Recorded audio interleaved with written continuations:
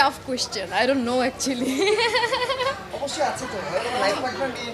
মানে কেউ তো বোরিং ফিল করবে না, তিনটা বলতে পারছি না, আবার এক কথায় বলে দিই যে প্রেশার কুকার দেখে কেউ বোরিং ফিল করবে না। যারা দর্শকরা যারা বের হচ্ছিল সবাই কিন্তু বলছিল যে প্রেশার কুকার দেখে 3 ঘন্টার মধ্যে 1 মিনিটও মনে হয়নি যে চোখ সরায়। প্রেশারের মধ্যে কেমন প্রেশার নিচ্ছি? প্রেশার তো নিচ্ছি না, ঘুরছি, দেখছি, সবার রিয়াকশন নিচ্ছি, এটা তো খুব মানে ভালো অনুভূতির ব্যাপার, আনন্দ হচ্ছে, প্রেশার তো নাই। সামাজিক বার্তা আছে, মানে এটা পুরো এক প্রেশার কুকার কিন্তু রিয়েলিস্টিক গল্প, মানে এটা আমাদেরই গল্প, আমাদের সমাজেরই গল্প, কোনো এখানে কোনো আর্টিফিশিয়াল কিছু বা ফেক বা থাকে না যেটা আসলে সত্য না, এরকম কিছু না, এটা খুব রিয়েলিস্টিক গল্প। আচ্ছা, যদি প্রেশার কুকার আপনার জীবনের প্রতীক হয় তাহলে কোন চাপটা আপনি সবচেয়ে বেশি অনুভব করেন? প্রেশার কুকার আমার জীবনের প্রতীক হলে হ্যাঁ। Tough question, I don't know actually. অবশ্যই আছে তো লাইফ পার্টনার নিয়ে, ক্যারিয়ার নিয়ে, অনেক কিছু থাকতে পারে। আপাতত তো বুঝতে পারছি না। রিয়েল লাইফে প্রেশার কিভাবে হ্যান্ডেল করেন?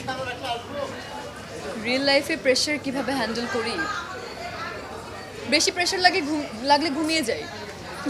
আচ্ছা, প্রেশার কুকার দেখার 3টা কারণ বলবেন দর্শকদের উদ্দেশ্যে, যে 3টা কারণে দর্শক একটা করবে সিনেমাটা দেখতে আসবে।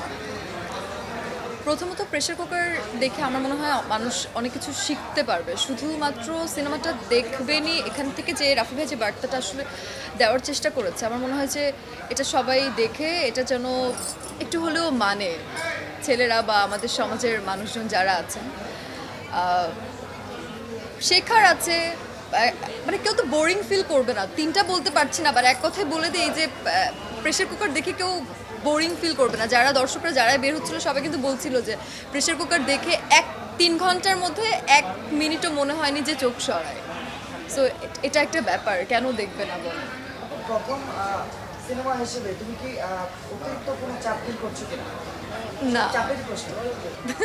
এত চাপের তোমরা না, করছি না, ভালো লাগছে, সব কিছুই ভালো লাগছে।